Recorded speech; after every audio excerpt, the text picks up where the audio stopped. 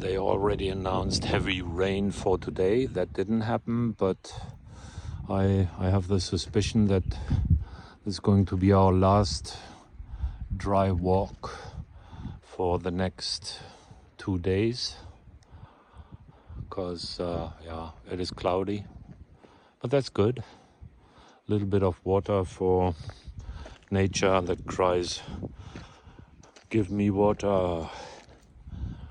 The pool here is still filled, and I carry on. Romy is happy anyways. As I said last time, walks are now very enjoyable.